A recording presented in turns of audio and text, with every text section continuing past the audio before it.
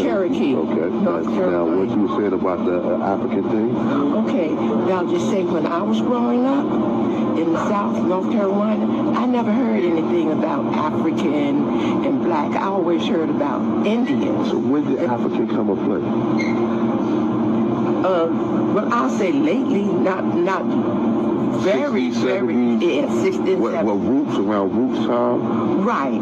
So you think it was like a mind control thing that they put into it? Yes. Really?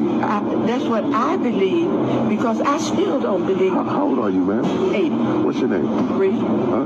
Marie. Okay, my name is, I don't want to say my name on, but my name is Ahanu. Ahanu means friend to everyone in Algonquin. Okay, now my mother, that's why I still say, I don't mind, I do say I'm black a little, but my mother was born in Louisiana.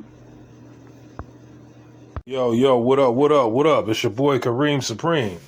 And guess what just turned 45? That's right, the movie Roots. Check this out. I got this one some years ago. This was the 30th anniversary edition. And this right here is the new edition of Roots. It came out in 2016. It was a upgrade. They redid the movie and added some new actors like Lawrence Fishburne and Malachi Kirby. It was pretty good, but ain't nothing like the original. Yep. Hopefully they'll come out with a 45-year anniversary. This right here is the next generation. Yep. This came out in 79. So it was Roots, then Roots, the next generation, and then 2016, Roots, Your Name Is Your Shield, the history version. It was pretty good. I remember it came on TV some years ago. Came on the History Channel. But yeah, Roots. This is probably, in my opinion, one of the greatest movies of all time. Top 5, easy. I remember when I first saw this as a kid, I was about 8 years old. And as soon as we turned it there, he was getting his foot chopped off. And I asked my mom, I said, why did they chop off his foot? You know, I was in like second grade. I heard a little bit about slavery. You know, I knew it was brutal, but you know, that was the first time I ever seen it, you know, in a movie, you know what I mean? And she said the reason why they chopped off his foot is because he ran. She told me, when you try to escape and they catch you, they chop your foot off. And if you steal something, they chop your hand off and all this stuff. I was like, man. And I was wondering as a kid, like, why would they do something like that to another individual? You know, racism runs deep in America. And racism is as American as apple pie. That's right. Racism is American as apple pie. But anyway, yeah, back to the Roots. Man, this movie had a bunch of stars in it. It had LeVar Burton, Cicely Tyson, O.J. Simpson was in it. Louis Gossett Jr. was in it. The father from Good Times is in it. What was his name? James Amos. If y'all don't have this in your collection, if you black and you ain't got this in your collection, you slipping. You know,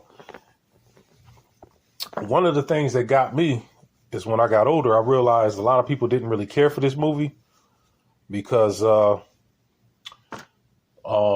they said that Alex Haley got this story from a white person who wrote a book called Search. I can't remember the author's name. He wrote a book called Search, and it was basically the story of Roots. So the white guy sued Alex Haley, and the white guy won. And everybody was calling Alex Haley a fraud. And then a lot of people started debunking the movie Roots, claiming that we didn't, black people didn't come from Africa. You know, we're Native Americans. And there's a lot of older people in their 80s and 90s who will tell you quick, black people didn't start calling themselves African Americans until this movie came out. You know, that out of Africa theory didn't come about until Roots came out. You know what I mean? This movie had everybody claiming to be be from Africa, sorry. That's what a lot of people said. I mean, you know, it was a good movie. You know, most good movies come with a lot of controversy. You know, a lot of beliefs, a lot of disbeliefs, conspiracy theories. You know what I mean? But there's Cicely Tyson. Overall, the cast was excellent. Everybody did a good job. I mean, this movie evokes emotion. And one thing I wanted to point out, Sandy Duncan was in this movie. She was the white lady who befriended Kizzy. Kizzy was the only daughter of Kunta Kinte. And Kizzy means stay put in the African language. Sandy Duncan, she was childhood friends with Kizzy. They grew up to be old, and Sandy just did her dirty. Sandy Duncan is my most hated actress in the world. Like, to this day, every time I see Sandy Duncan in something, it just reminds me of Roots.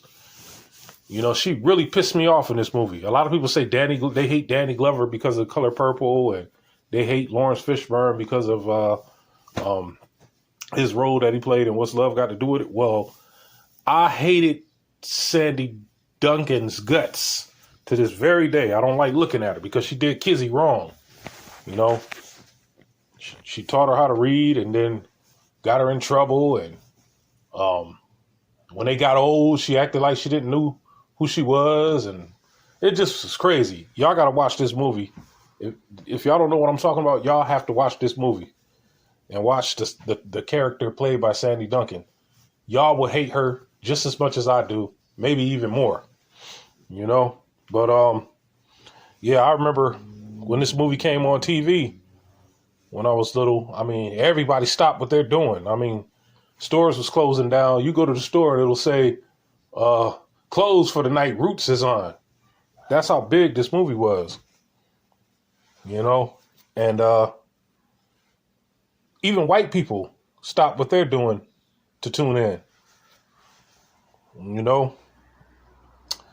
Yeah, another thing that got me in this movie was, there was like when they first brought Kunta Kinte to the plantation, Louis Gossett Jr. was like, yeah, I bet y'all never seen no African. He was like, nah, y'all ain't seen no African niggas before. He was talking to the slaves on the plantation, and they was looking like they never seen African before. So that had me thinking, was that a subliminal message? And then there was another scene in the movie where Belle, Kunta Kinte's wife, she said, I ain't no African, because Kunta was like, you got a Mandinka face. And she was like, I ain't no African. She was like, my father and my mother's mother is from America. I'm American. So that was basically her way of saying, I'm an Aboriginal American. I'm a Native American. You know, there was a lot of subliminal messages referring to blacks being the Aboriginal people in this movie. And those are two of them. And, y'all have to get this movie. I can't believe it's been 45 freaking years. 45 years. This movie is older than me by a couple years. Man. Some people say that theatrically this Roots is better. But like I said in the beginning, ain't nothing like the real thing. And the thing that I like about the original Roots was John Amos. He had got fired from Good Time. Remember, he was a father of Good Times. He got fired. And, he didn't agree with the producers or the writers. You know, you had a bunch of white writers writing for a black family. And, he said he wasn't the most diplomatic on the set. And he was pissed off at Jimmy Walker for saying dynamite every third line. They wanted to focus on Jimmy Walker and not on any of his other kids. You know, one kid was aspiring to be a judge and another one wanted to be a nurse. But they wanted to focus on JJ saying dynamite and walking like a chicken. So that's one of the reasons why he left.